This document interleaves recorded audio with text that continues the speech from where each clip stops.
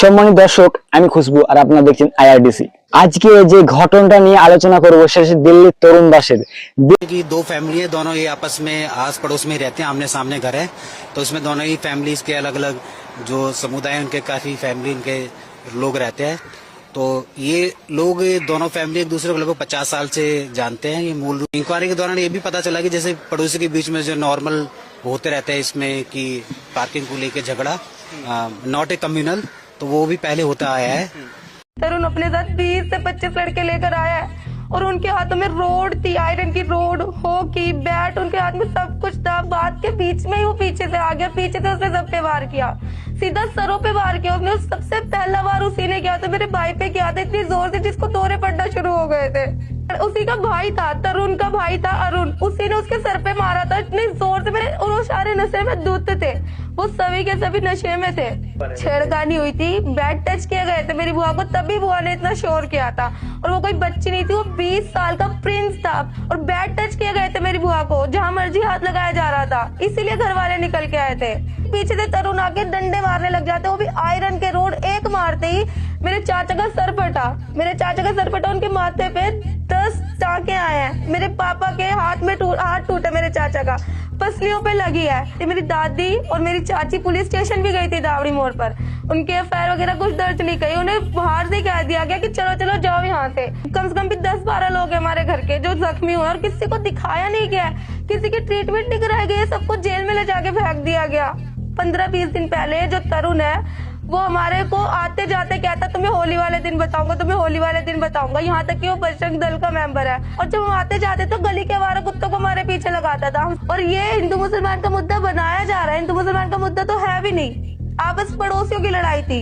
हमारी घर की 3 औरतों को उन्होंने अपने पास कर लिया, अपने पास जेल में रख रखा है। औरतों को ले जाने का क्या मतलब है? और अभी तक भी हमें पता नहीं है वो जिंदा है कि वो मर गया, उसकी कैसी हालत है। पहले तो हर एक सिक्के के 2 पहलू होते हैं, एक ही पहलू को देख के हमेशा आवाज नहीं उठानी चाहिए, दोनों तरफ की आवाज सुननी चाहिए।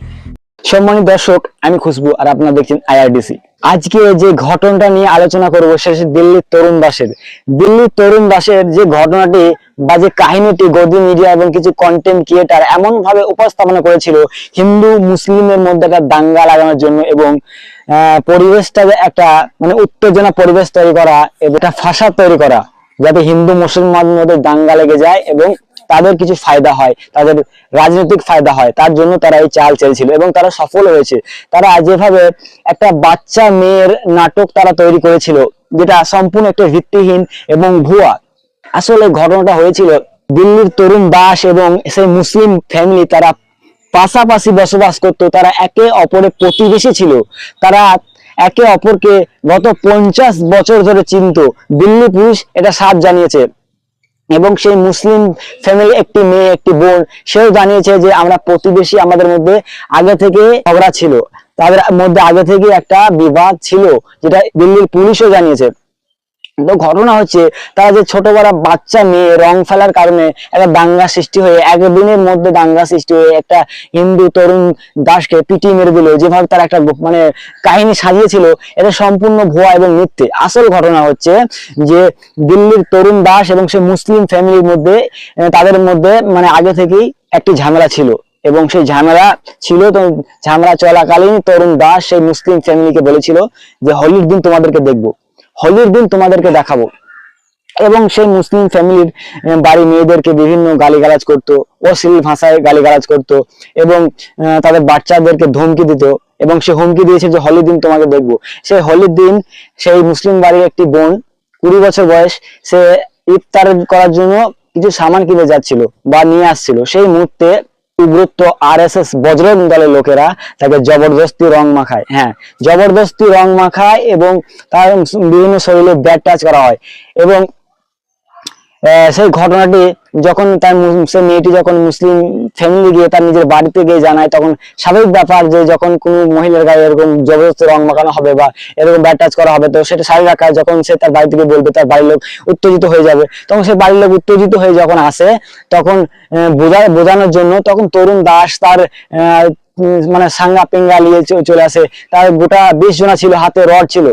তখন সে রড ফট নিয়ে এসে তখন সে মুসলিম ফ্যামিলির বাড়ির একটি লোককে চাচার বয়সে লোককে তার মাথায় রড মারে, তখন মাথায় রড মারার কারণে সে মাটিতে লুটিয়ে যায় এবং তার মাথা থেকে রক্ত বেরোচ্ছিল।